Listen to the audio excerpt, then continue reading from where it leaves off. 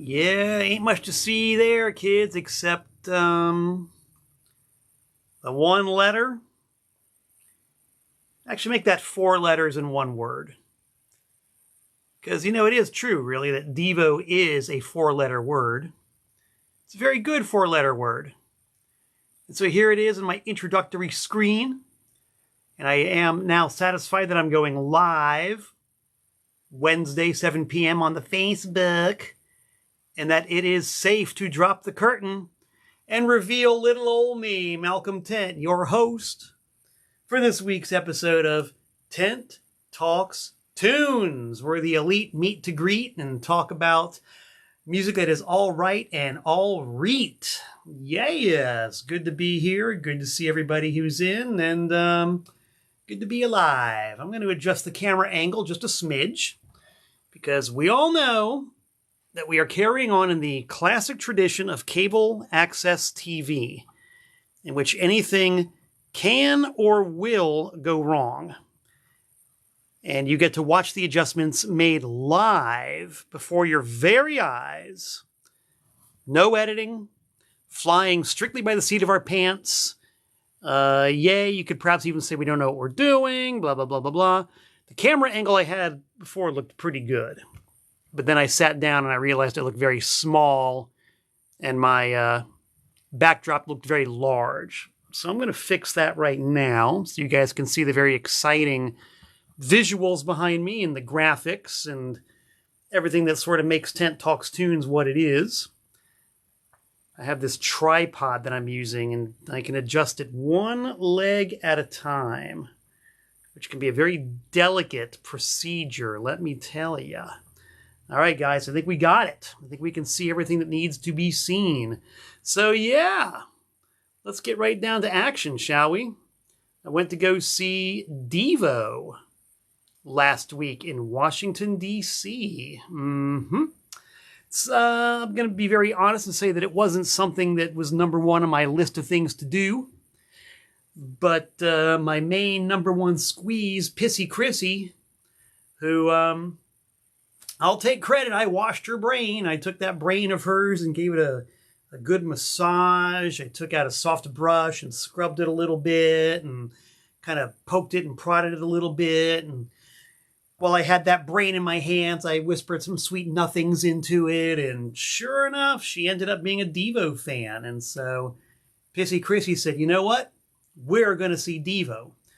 And if there's one thing I've learned in this life, it is do not argue with the will of Pissy Chrissy.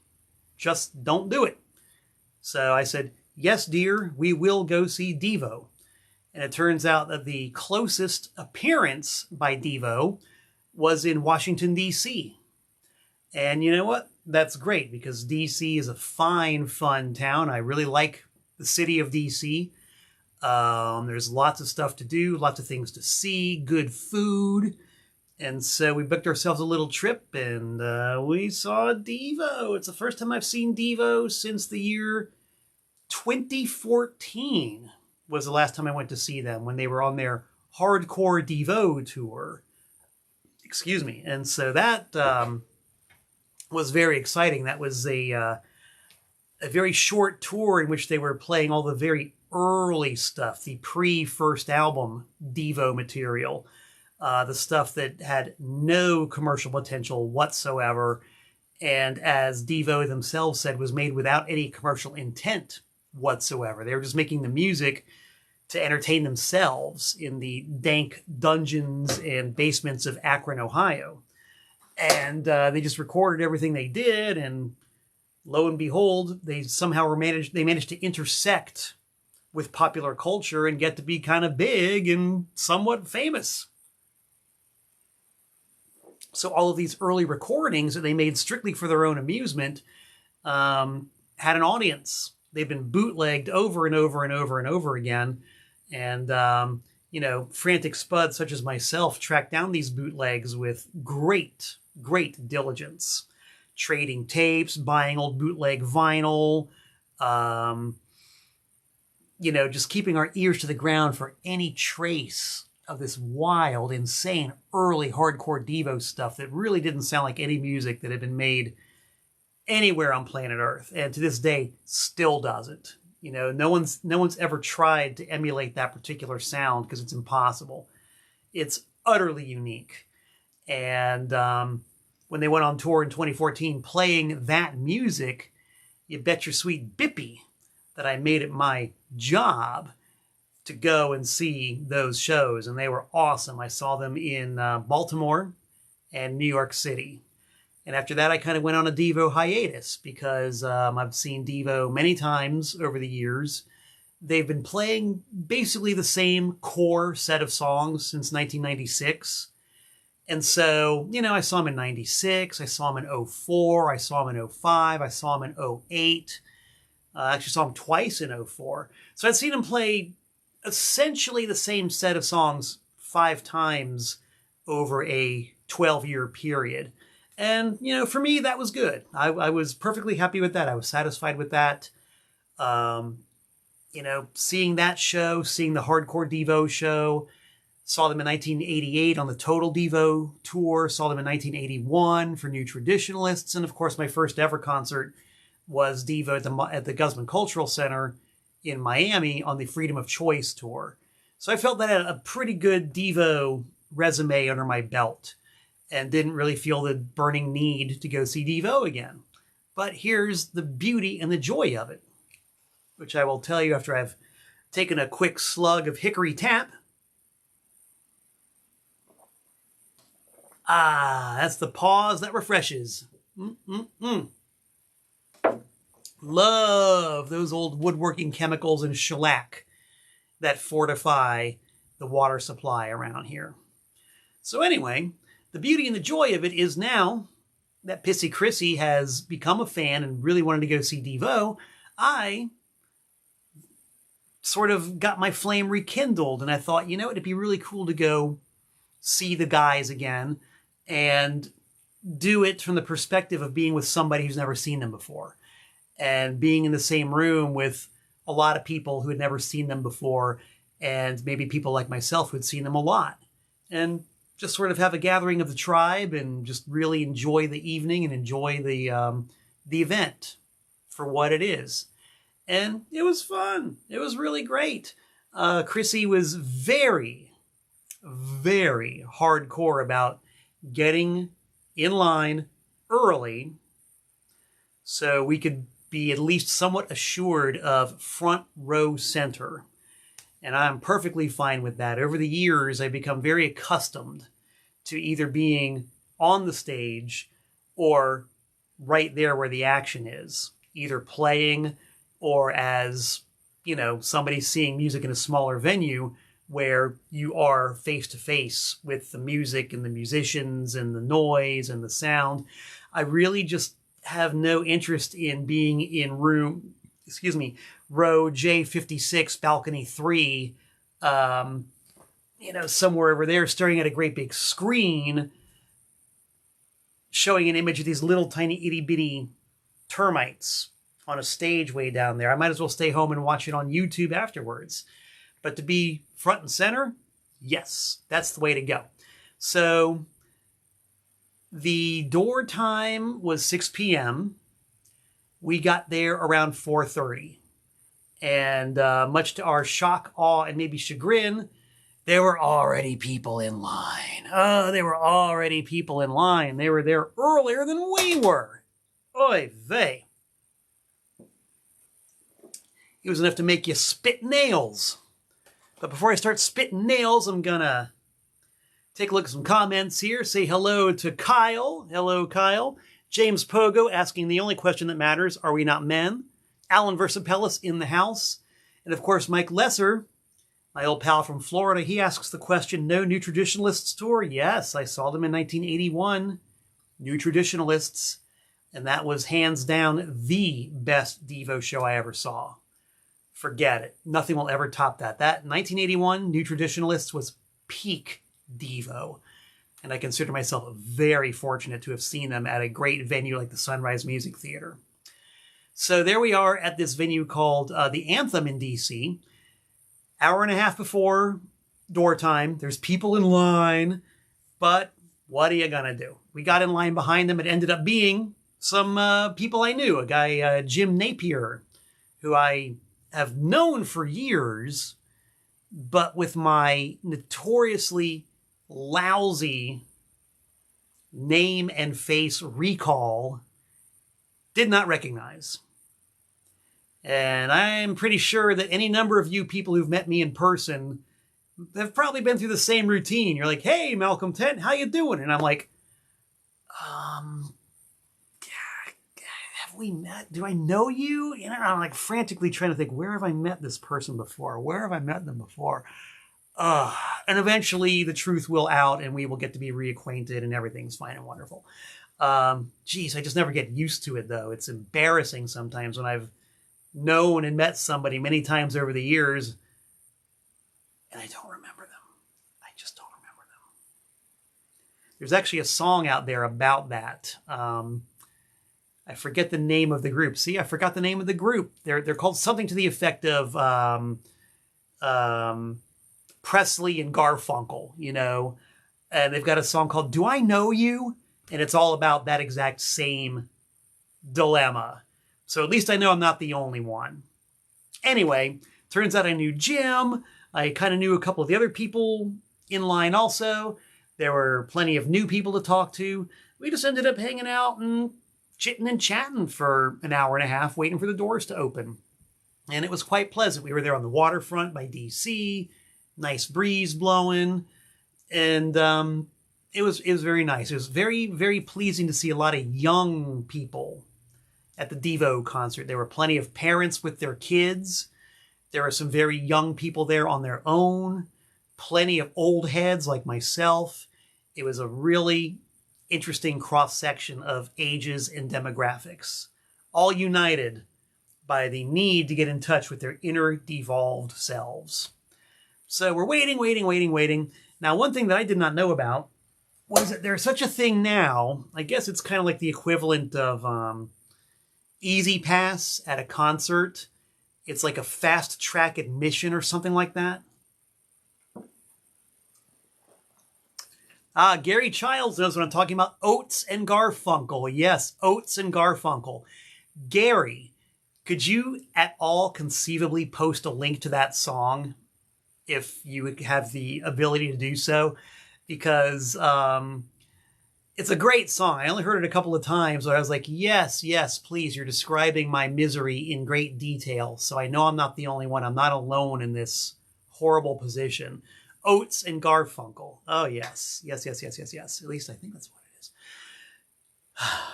Gary Childs to the rescue, everybody. Give him a big hand. Anyway, so I guess it's a thing now at the concerts because as we all know, Ticketmaster and their various ilk will do anything possible to squeeze every single nickel that they can out of the concert goer. Using any gimmick, rip-off, or usury practice to do so. And I guess now they've got this thing called fast track admission, where you pay an extra fee on top of all the other fees to stand in a separate line and get in before everybody else. I suppose that's fair enough if you want to pay the extra whatever it is, 20, 25 bucks, I don't know. If it's worth it to you to pay that money, well, fine, go ahead and pay it. But for those of us who paid a pretty penny for a regular admission ticket as is, some of us kind of like the luck of the draw. You know, first come, first served, survival of the fittest, you know, elbows and headbutts out, fastest runner gets to the position they want first. I mean, come on, guys, fair is fair, you know. But on the other hand, I know for a fact that not everybody wants to get front and center. Not everybody wants to be in the exact same place at the exact same time. Everybody's got their own happy space in the room. Some people want to get a certain seat in the balcony. Some people want to stand back by the soundboard. Some people want to be next to the bar. Some, you know, everybody's got a spot where they want to be in the room. So I looked at this line of people in the fast track lane, and I honestly wasn't very concerned about it because I knew they weren't all going to make a beeline to exactly where we wanted to be. And it doesn't matter anyway because I'm a fast runner okay? I'm a fast runner, guys. I've got good lung capacity. Quads are in good shape. Hamstrings are nice and strong. And, you know, I run about 1.5 miles, 2 miles every day. So I got my cardio on. And I think any one of these young whippersnappers with their fast lane tickets would be hard pressed to get in front of me, even if they wanted to. This old fella's pretty fast and spry, all right? Can I get an amen on that? Amen. I'll drink to me. By the way, hello, Ray, out in Tucson, Arizona. Hello, Brian Russell. Good to have you guys on board. So the old fast guy is ready to kick some ass and take some names. So here we go. We're hanging out. Doors open. They let the fast lane people in. They let us in. And sure enough, all the fast lane people just kind of scattered to wherever they wanted to go. And those of us who were in the regular line and who got there early, we were the ones who made the beeline towards front and center. Theory proven correct. It is a fact. And it was great. It was really great. So now began the wait for the show to begin, which was a solid 1.5 hours. And I'll tell you guys, if there's one thing I'm not very good at, it's standing in one place for a long time. I'll go out there and run the 2 miles. You know, I'll do that in the morning, and I'll walk another mile in the evening for my constitutional. That's, you know, my aerobic keep fit routine. I don't mind covering distance, but just standing in one place is a bit of a vexation.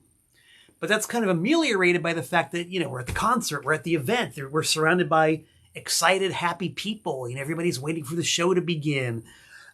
People are meeting each other and re-meeting each other and hanging out, and it's just like a really big, fine, fun, festive social event. Any of you guys who've been to a concert know exactly what I'm talking about. And I'm going to bet that every single one of you, every viewer here tonight on Tent Talks Tunes, has been to a concert. Am I right? I know I'm right. People watching on YouTube, the rerun, after I'm done going live, you've all been to concerts. In fact, I'd be very, very, very, very curious to know if there's anybody watching Tent Talks Tunes tonight who hasn't been to a concert. What do you think the odds of that are? If anybody out there watching tonight has never been to a concert, I want to see you make a comment. And I'm not, believe me, I'm not judging. I don't make fun of people. Excuse me, I'm not an insult comic. I respect and, excuse me, this happens periodically, especially now that I've moved to North Carolina, as you know. And the pollen down here is different. And the pollen comes in waves throughout the season. And so I'll go for, so far I've gone through like these like 2-week cycles where there's been pollen that I'm not used to. So dry throat, coughing, then I get over that. And then another wave of indigenous North Carolina foliage starts to blossom and pollinate. So I get it again. I'm in the middle of wave number 3 now. So please bear with me, guys. Ooh, that hickory tap is so soothing. All right, anyway, yeah, I'm just curious. I'm just curious to know if anybody out there has never been to a concert, because you can't assume that everybody has been. Everybody's got a different life experience. Everybody's got different wants and needs. So I don't know. No one's made a comment, so I'm going to assume that everybody watching tonight has been to a concert. And I see that Gibson Eyebold has made a comment about last week's program where I talked about Peter Criss and his solo albums. And Gibson Eyebold gives Out of Control a 5-star rating. And he's posted a bit of a review, and I will be happy to read it later. So thank you for contributing and letting us know what you think about that Peter Criss solo album. So anyway, it's a happy thing. Everybody's having a good time. Everybody's ready for a good time. DEVO Muzak is playing over the PA at a very low, respectable volume. The stage is all set up. The screen is there. The drums are there. It's like, something's about to happen. It's just plain old exciting. And so at the crack of 8:15, the lights go down. The music is turned off. The video presentation begins. There's good old Rod Reuter, president of Big Entertainment, doing his spiel on what a bunch of screw-ups DEVO are. And then the video collage, and then here they come. The 5 Spud Boys themselves, the original 3, the 3 surviving members from the original band, Mark Mothersbaugh, Bob Mothersbaugh, and Gerald V. Casale, plus new blood, even though Josh Hager has been with the band, I think, for almost 11 years at this point. He's still considered new blood, you know what I mean? The band's been around for 50 plus. So if you've been in the band for 11 years, you're still the new guy. Josh Hager on guitar and keyboards, and even newer guy, Jeff Friedl, on the drums. And they proceed to rock out, kick ass, do what DEVO does. And it was really inspiring because the main 3 guys in the band are all in their 70s. I think that Mark and Jerry are probably in their mid-70s at this point. Bob Mothersbaugh is a couple years younger, but we're talking about 70-plus-year-old dudes getting up there and donning the uniform, and Jerry especially just going at it with gusto and high energy and enthusiasm. It was doubly exciting because Mark, for a very long time, appeared to be far less than enthusiastic about working with DEVO. It always seemed like he had other things on his mind, maybe other things he'd rather be doing. He'd do it anyway, but his enthusiasm level seemed very low for a long time, which quite honestly was one reason why I didn't want to go see DEVO anymore. They're going to play the same set that I'm already very well familiar with, and Mark is just kind of phoning it in. So, that's really not my idea of a fantastic 10 out of 10 performance. Jerry, of course, DEVO is his life's work. So whenever Jerry Casale gets on stage, he means business. He takes no prisoners. He gets out there to make his point, no matter what. And I've had the extreme pleasure of being on stage with Jerry on 2 different occasions. And I must say that being next to him on stage, you can feel the energy coming off of him. He's one of those guys that holds absolutely nothing back.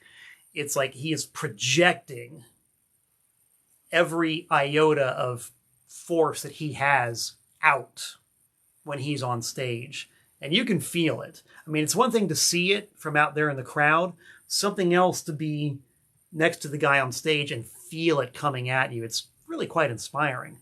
So that's what he brings to the performance every single time. And Mark, who apparently had a very, very bad bout with COVID in 2020, 2021, emerged from the experience, strange enough, revitalized. He, from what I'm told and from what I saw with my own 2 eyes, got his enthusiasm back. He wanted to go out and tour. He wanted to sing the songs again and be out there. So that was reflected in the performance in DC. He was absolutely more engaged and more into it than any time since I had seen them, probably since 1996. I mean, it was great. It was really cool to see him so there. Of course, I guess because of the infection, he's lost some of the top register in his voice, but it's still Mark. He's still got his voice. It's still clear. It's still strong. He's not like scratchy or croaky. He's got the voice. It is still Mark Mothersbaugh. It's still Jerry singing. These guys still have it. And instrumentally, of course, the band is on point. They delivered the goods. And it was an 84-minute show that flew by like that. It was too much, but not enough, if you know what I mean.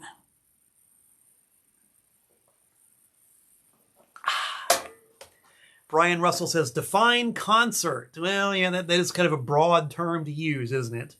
I'm going to say anybody who's actually walked into a venue to see a band. That is a concert. Oh boy, I see an argument going on here about air supply. I am going to stay out of this. I'm not going to address any issues involving air supply. You know, I'm all out of love. I'm not going to go there. You guys have at it. Have fun with the air supply debate. I respectfully decline. So now the fun-er part of the night is about to commence because thank you, my good pal Michael Pilmer. He is DEVO's personal manager. He goes on tour with them. He runs their website. He designs merchandise for them. I've known the guy for a long time. Super cool dude. He actually made the point of finding myself and Chrissy in line and gifting us with the much coveted after show pass, which is a very fun thing. It means that after the show, you get to line up with other lucky recipients, and you are shown into a super secret special location backstage, usually a room, where you'll probably find some fruit and some water and some chips or something. And you and your fellow VIPs, to use the industry terminology, hang out. And it's quite possible that somebody from the band will show up. And sure enough, in this case, Bob One of DEVO was waiting for us. And he was kind enough, as you can see, to deface my t-shirt by writing all over it. This was, of course, after he made a remark that it was not an authorized DEVO t-shirt. Just saying. But he was a good sport about it. He signed it. Jerry came down and made a very brief appearance. He had a table of wine and snacks brought down. So for those who want to partake of wine and snacks, it's there, courtesy of the band. I had a great big bunch of grapes and some strawberries and some delicious tortilla chips, which after, standing around for hours and hours and hours, waiting to get in and then being in the show was most welcome. Let me tell you, those grapes and those strawberries and those chips helped keep me alive long enough to get back to our Airbnb so I could have my evening meal and not keel over due to lack of blood sugar. So, Michael, thank you. I drink to you.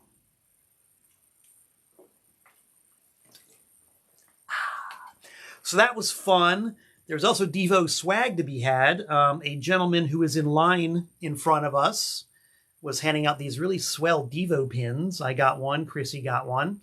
I did not catch the guy's name, and apparently he was waiting on the train platform on the other side from where we were after the show. I didn't recognize him, but apparently he was there. So whoever you are, fella, thanks for the pin. Really appreciate it. I was wearing it all night and all the next day. Now it's going to go into my DEVO pin collection. You better believe it. And of course, we always like to get our souvenirs from the stage. As we all know, if you go to see Cheap Trick, Rick Nielsen is practically guaranteed to grab a giant bucket full of picks and just cast it like rose petals to the audience. And everybody scrabbles around trying to get picks. For DEVO, Mark Mothersbaugh, I meant to say Boogie Boy. Boogie Boy came out, and he had a giant fanny pack filled with bouncy rubber balls. Yes, bouncy rubber balls, which he hurled at the audience with the Be Happy logo on them. So I was able to snag a couple of balls. He also threw out some authentic, full-sized, official DEVO energy domes during Whip It. He threw out 4 of them. And wouldn't you know it, there I am standing front row center, and he winged these things out, and one of them went over my head and bounced off of something and landed right at my feet. I felt this energy dome hit my ankle. I look down, and there it is. The Energy Dome at my feet. I look over, and there's a guy behind me who really wants that Energy Dome. So I just stepped aside. Take it. I have several. Take it. He took it. He wore it for the rest of the show. Looked like a very, very happy guy. So, all right. If I did any good deeds that day, that was my good deed. And for the guy who was standing next to us who wanted one of these rubber balls, if you're watching, get a hold of me. If you want this ball, I'll mail it to you. But you're going to have to answer a couple of questions proving your identity. Questions that only you and I know the answer to. Yes. One spare rubber ball for the guy who was standing next to me who said he wanted it. But, you know, I already had it. I wasn't willing to part with it at the moment. But now that I think about it, I can part with one, you know? Jeez, you're going to begrudge some guy a rubber ball? I mean, come on. Straight from Mark Mothersbaugh's butt bag. And that's basically it, yo. As far as DEVO goes, Chrissy took some awesome pictures, some really, really great photos right there from front center. I posted one that she took of Bob One during his epic guitar solo for Mr. DNA, where he takes the strings of his plank-shaped LeBay guitar and pulls the tremolo bar until they snap. She got the exact moment that the strings snapped and were flying through the air. And Bob with this total, as she said, hardcore expression on his face. Classic photo. That one alone was worth the price of admission and standing around as far as I'm concerned. So I'll probably be posting some more of those photos over the next day or two, maybe even when I get off from doing Tent Talks Tunes, because it'll be fresh on my mind. I'll post some of the choicer photos that Chrissy took, and you guys can enjoy them as much as I have enjoyed them, and that'll be cool. So yeah, that was the DEVO live experience, and now let's talk about a couple of other things. I haven't even talked about the DEVO album yet. Oh my God. That'll come in a minute, but you all know that Tent Talks Tunes is sponsored by TPOS, which ironically enough and oddly enough is my record label. I have said many a time that I only promote products that I believe in, and I believe in TPOS, and I believe in everything I've ever put out. I believe in all the artists on my label, and as Kiss once said, I believe in me and my ability to get great stuff to you. So let's talk about TPOS for just a second. I got some very cool releases coming up. Oh, yes. Oh, yes. Very cool releases. If you guys are aficionados of Tent Talks Tunes, you already know what my aesthetic is. You know the kind of stuff I put out. So you don't mind, I assume, hearing about a couple of them. Can I get a thumbs up? Can I get a heart? Can I get a dollar sign? Or if you're in England, a pound sign. Or if you're in Canada, a Canadian dollar sign. Or if you're in Botswana, a dinar sign. Yeah, there you go. I'm looking at all those hearts. Look at all those hearts and thumbs ups. You people want to know about what I'm doing. So I'll give you a very brief synopsis because I don't want to bore anybody. I want to inform, but not bore. Currently at the pressing plant, right now, even as we speak, on vinyl, not one, but two exciting new releases on the TPOS label. One, a repressing of the People's Temple Choir album called He's Able. Yes, the Reverend Jim Jones and the People's Temple Choir did an album in 1973 called He's Able. Y'all know the backstory behind Reverend Jim Jones and the People's Temple Choir, but you have to take the music for what it is. And what the music is utterly unique. It's funky gospel music. And it's done by, and I'm going to go on record and say this. Maybe you guys can disprove me. Maybe somebody knows something I don't. But as far as I know, It's the only genuinely 100% interracial gospel album put out by a church. And anybody who's been to the thrift shops knows exactly what I'm talking about. You've got white gospel records, you've got black gospel records. I can't remember ever seeing a single gospel record put out by a church that's integrated. The Reverend Jim Jones and the People's Temple Choir actually did it. And that was one of the reasons why they caught an awful lot of flack when they were active, when they were in Indiana, specifically in the 50s and the 60s, and to an extent when they relocated to California. The music is really good.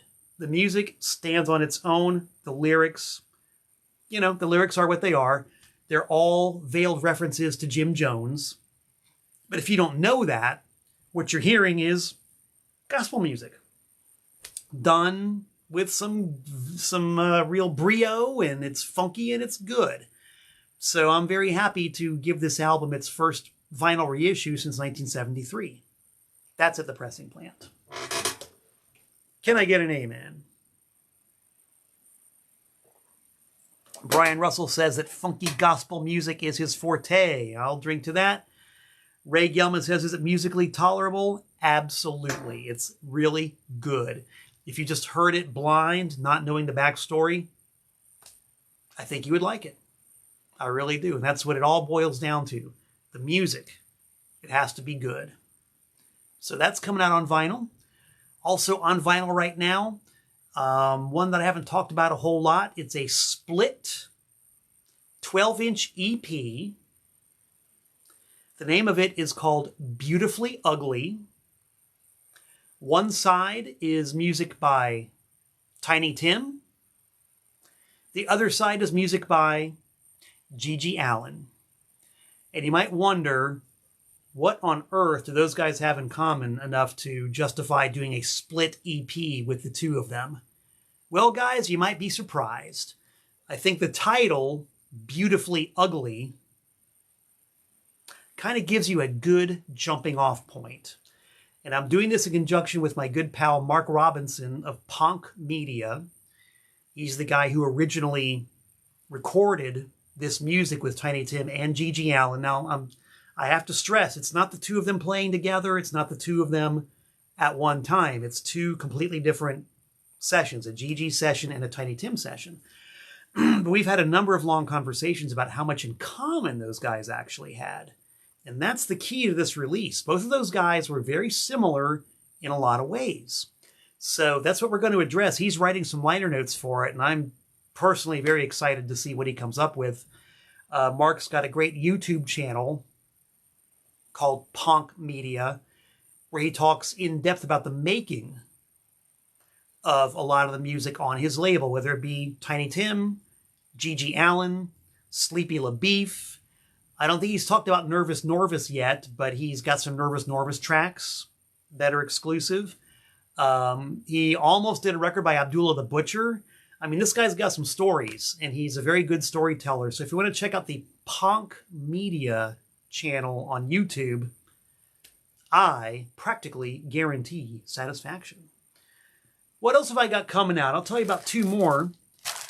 Anybody who's watched Tent Talks Tunes knows the name Gary Forney. And if you know the name Gary Forney, you know his band Pumpkin. This is a, I don't know if it's exactly long lost, but it's a really obscure studio album recorded by Gary Forney, Bonnie Forney, and Josh Forney under the name Pumpkin.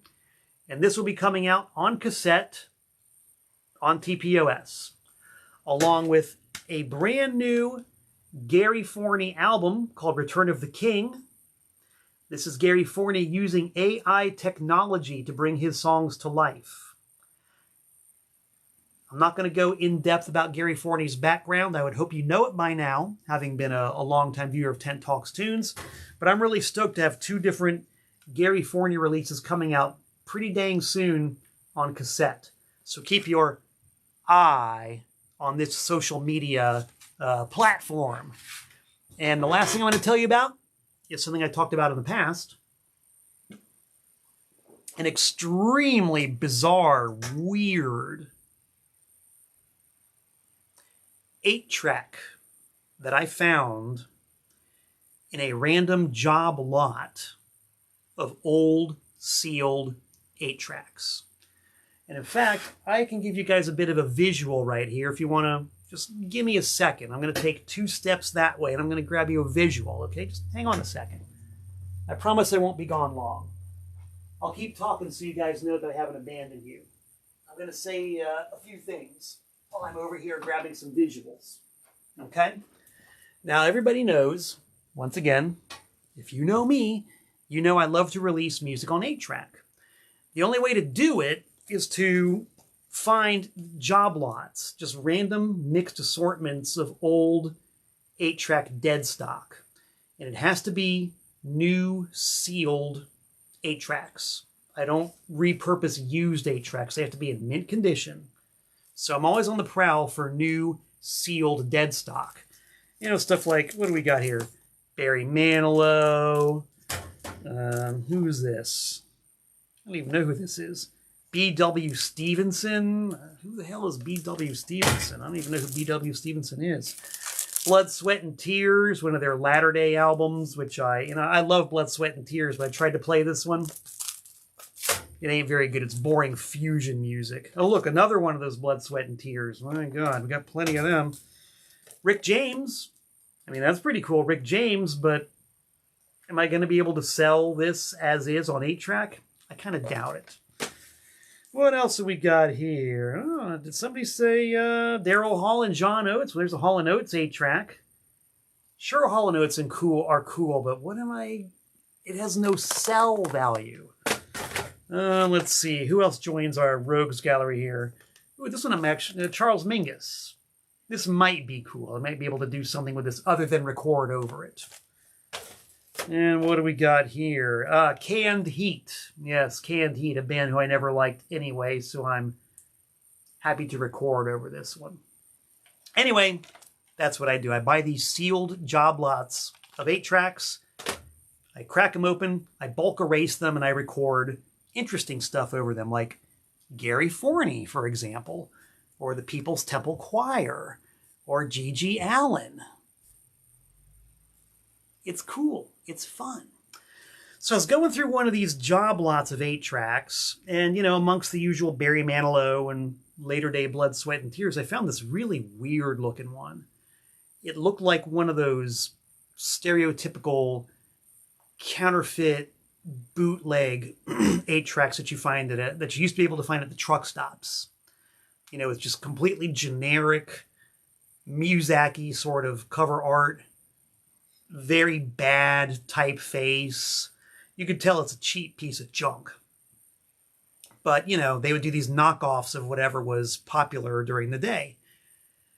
There's millions of those things out there. This one was different, though, because it wasn't a cheap knockoff of Rolling Stone's Goat's Head Soup or a cheap counterfeit version of Hank Williams' Greatest Hits. This was by a guy named Grant Allen. Never heard of Grant Allen. The song titles were boy, can I get them? Can I read them? Can I find them? Can I squint hard enough to see the song titles? The song titles were Odyssey Libido. Okay, right away you've got a song called Odyssey Libido. That's interesting. 2 Seconds After Death. Okay, Beyond Infinity we've got. We've got Space Holocaust. Already I'm really intrigued. I wish my eyesight was better. And the name of the album was 2 Seconds After Death and Beyond. Okay, so we've got this really weird bootleg truck stop looking 8-track with incredibly bizarre song titles. So I crack it open, I pop it in, and it is exactly 32 minutes of very, very strange lo-fi synthesizer music. All kinds of weird outer space noises with strange, murky, dark sounds in the background. You can hear the very faint evidence of some kind of a rock band playing far in the distance. It's a legit strange piece of music, and I've heard plenty of strange music in my day. I've made some strange music in my day. This one came close to taking the cake.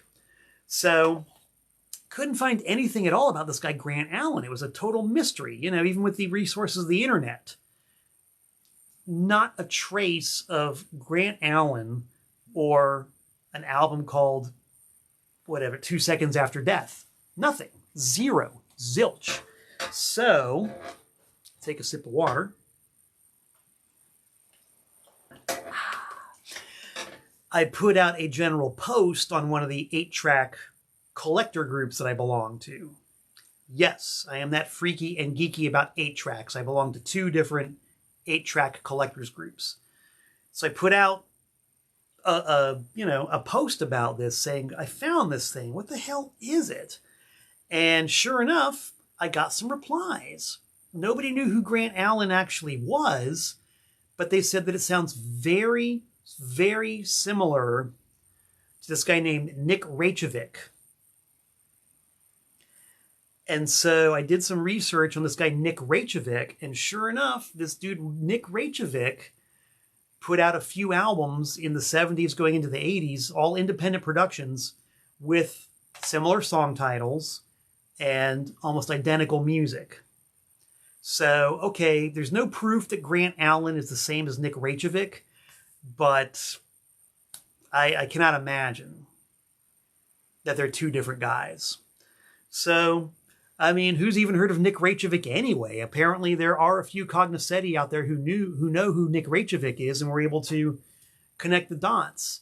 So I know the guy who ended up with Nik Raicevic's estate. He didn't even know about it. He never heard of this thing. So I had 2 copies of this 8-track. I sold him one. He said, yep, that's got to be Nik. And we were talking about doing an album, like a very small limited pressing on vinyl. But the dude just kind of, I don't know, he just kind of dropped off the face of the earth. Didn't reply to my emails anymore, didn't return my phone calls anymore. So I'm like, well, screw it. I technically own the master, so let's just put it out. So this is the cassette cover, which I made earlier this afternoon after waiting years to do this. There's the cassette. I printed out some CD inserts. Here's a self-portrait of old Nik and/or Grant Allen and a scan of one of the 8-tracks. The 8-tracks each had different art, by the way. The 2 different pieces of art in that wonderful bootleg truck stop aesthetic. So yeah, I'm going to be making cassettes and CDs of this. They will be available very soon on TPOS. And I'm very happy and excited to get it out because I think it's going to be really cool. And all you aficionados of this really bizarre stuff, you're going to love it. You're going to love it. Love it, love it, love it. Gary Child says it sounds like a cool tape. Gary, I must agree with you. It is a cool tape. It's really weird. TPOS number 196. Collect them all. Look for it on my Discogs, my eBay, my Bandcamp. Don't know if this will be on Bandcamp, but Discogs and eBay for sure. And my gosh, I've been here for almost an hour already. So we're going to get back to DEVO. This was my teaser for today's episode of Tent Talks Tunes.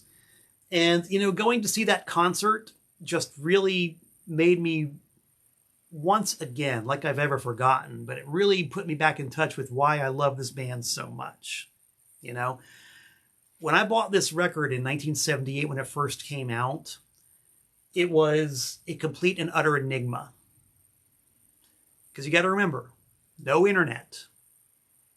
I was the only kid in a high school of 1,600 people who was even interested in punk rock or new wave. All information came from Cream Magazine, Hit Parader, the local newspaper, the local radio. There was no way to do deep research on anything like you can today. So this record appeared in my life, a complete enigma. Front and the back. This is weird. Totally weird. Who is this guy? Why is he on a golf ball? Why does it say actual size on his headband? And, well, the front image is bigger than the back image. Are they both actual size? What's going on? What does "Are we not men? We are DEVO" mean? There were no explanations. You open up the inner sleeve, and there's a picture of 5 guys, first names only, Mark, Jerry, Alan, Bob 1, Bob 2, dressed up in these very strange yellow outfits. On the back, you've got this selection of extremely random images, no explanations. No explanations whatsoever. Only a repetition of the album title. Are we not men? We are DEVO. You don't know where these pictures came from. You don't know what they meant. Go back to the other side. You've got lyrics, but they're not even really lyrics. They're like an extremely condensed version of the lyrics. All in lowercase font. Plenty of missing lyrics. You can't read along with the lyrics while the record is playing because it doesn't match up. This is just plain old weird. And of course, the music was like nothing that anybody had ever heard before. This was an absolute, complete entity unto itself that made no sense. Even if you could find a DEVO interview in a magazine or a newspaper or on the radio, they didn't explain anything. They explained anything and everything in this complete language of their own. They made up an entire language with their own references, with their own history. It was like there was a Cheap Trick press release when their first album came out that said, "This band has no past." Well, that was DEVO. This band had no past. They had no context. They had no information to back up anything. You had to find it for yourself, and you had to seek it out and put the puzzle pieces in place and connect the dots all on your own. And even nowadays, with the internet and with the sort of dropping of the veil, from DEVO, they explain a lot more than they ever used to. And of course, they've got a whole army of people who've been piecing the puzzle together for over 50 years now. Even with all that, the entire picture has still not been revealed. There are still nuances to the story. There are still characters in the story. There are still pieces of language that are not translated yet. The entire DEVO universe has not been made obvious. And that is why I've been able to stay engaged and be so borderline fanatical about these guys since 1978. There's just so much there to try to figure out and so much to sink your teeth into.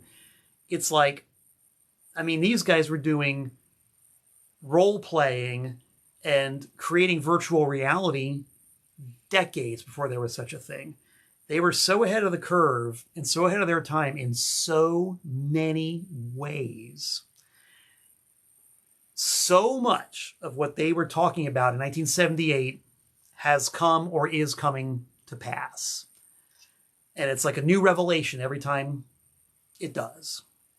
So that's why I was perfectly willing to take a few days and go to Washington, D.C. and spend the money on the concert ticket and stand in line for hours. And, besides just the joy of the concert experience itself, the fact that these guys have kept me artistically, academically, philosophically engaged since 1978.